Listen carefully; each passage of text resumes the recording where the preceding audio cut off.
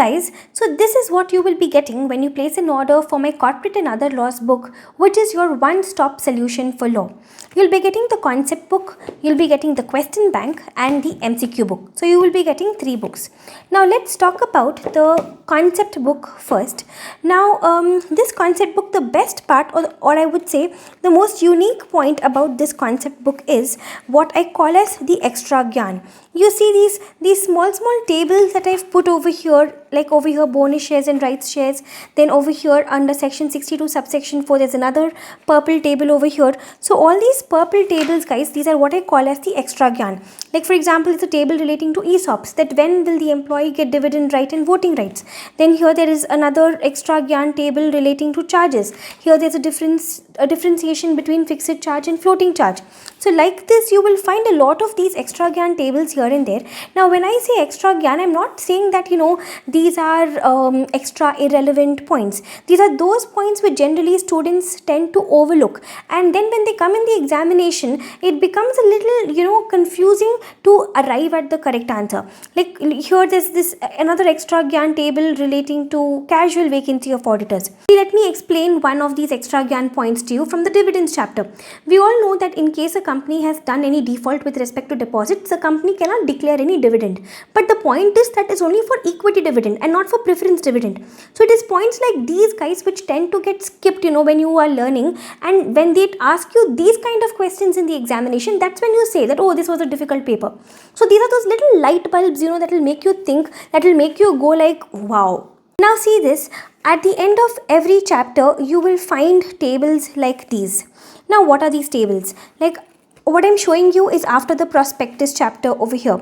So you have this first table over here on all the punishments. Then you have another table here with all the form numbers. Then you have another table with all the case law names. Then here you have all the section numbers, all the time limits, and then all the percentages.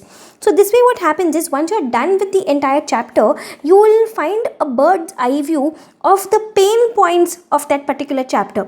So this way, this book will not only help you in reading, it will actually also help you in retaining things. You will find this at the end of each chapter, and then towards the end of the book, you will find this something called as a cherry on the top. So towards the end, I have once again summarized all of these. Like here you have from all the chapters, all the limits you have in one place. Then here you have all the ordinary resolutions and special resolutions in one place, all the form numbers in one place. Then you'll have all the time limits, all the Latin maxims, then all your case laws in one place. So this way you get a consolidated list of the pain points. Trust me when I say this, but it is this cherry on top that makes revision on the day before the exam very, very simple. Show you one more point from your companies incorporated outside India chapter. Now in this chapter, the most common question is, they'll give you a situation and they'll ask you that is the company a foreign company or not. Alright, now whatever questions they've asked in this regard, I've put all of them over here in the form of examples. So once you read the book, you already have all the concepts. Whatever you can learn from the question bank and the MCQ book, even those learnings I've put in the concept book itself, so that in this one place, in this one concept book itself, all the learning gets done. So when you come to the question bank and the MCQ book, you're just testing your knowledge, you're just testing your memory. Now see, I'll show you some pages from the General Clauses Act. In General Clauses Act, the biggest problem that we face is the language. The language is a little too fancy. So now I've been saying from the very beginning that this book is meant for self-study. Now why do I say that? Like there is a section 6A. If you've not attended any class and if you read section 6A, it will not even make any sense to you. But then when you realize it's not making sense to you, if you read this example, then you'll properly understand, and then when you come back to the section will make sense to you. And then when you read the section with the keywords, you will be able to learn the section. Same way, wherever, especially in General Clauses Act, wherever you have complicated language like this, I have given these examples and a lot of charts, a lot of these examples. So that is how this book will actually help you in self-studying. Now, especially if you're writing the May 2025 exam, you don't really have enough time, to take classes and all once again. So, YouTube marathon sessions of mine, I'll anyways be uploading that along with, a book like this that literally teaches you. It should be more than sufficient. And no guys, this is not a summary book, because ICI has made one thing very clear in the recent exams, that shortcuts just won't cut it anymore. So it covers 100% of the ICI study material. It is crisp and clear. It is easily understandable with a lot of these flow charts. You will find a lot of charts and diagrams on each page, guys. And at the same time, it is not oversimplified, because we have to be very careful with our language and keywords as well. Now talking about the question bank, guys, the best part about the question bank is that I've not only arranged it chapter wise, but I've also arranged it concept wise. Like let's say you learnt the holding subsidiary concept from the concept book. Then you'll come to the question bank. You'll find all the questions relating to holding and subsidiary companies in one place.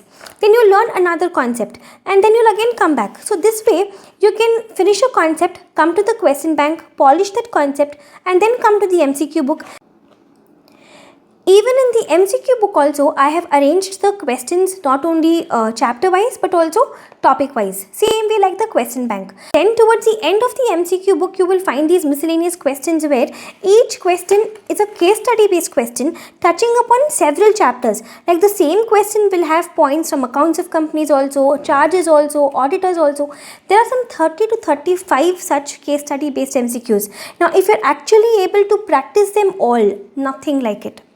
So these are your three books, guys. You have the MCQ book, you have the question bank, and you have the concept book. See, I am not saying that this book will magically make you pass. Now that's on you. But what it will do is it will make your preparation stronger, smarter, and stress-free. So at the end of the day, yes, it is your efforts that are going to matter the most. But if there is one book that can make those efforts count more, then this is it. So let's make law a strong subject, guys. Grab your book and start your preparation, and let's do this.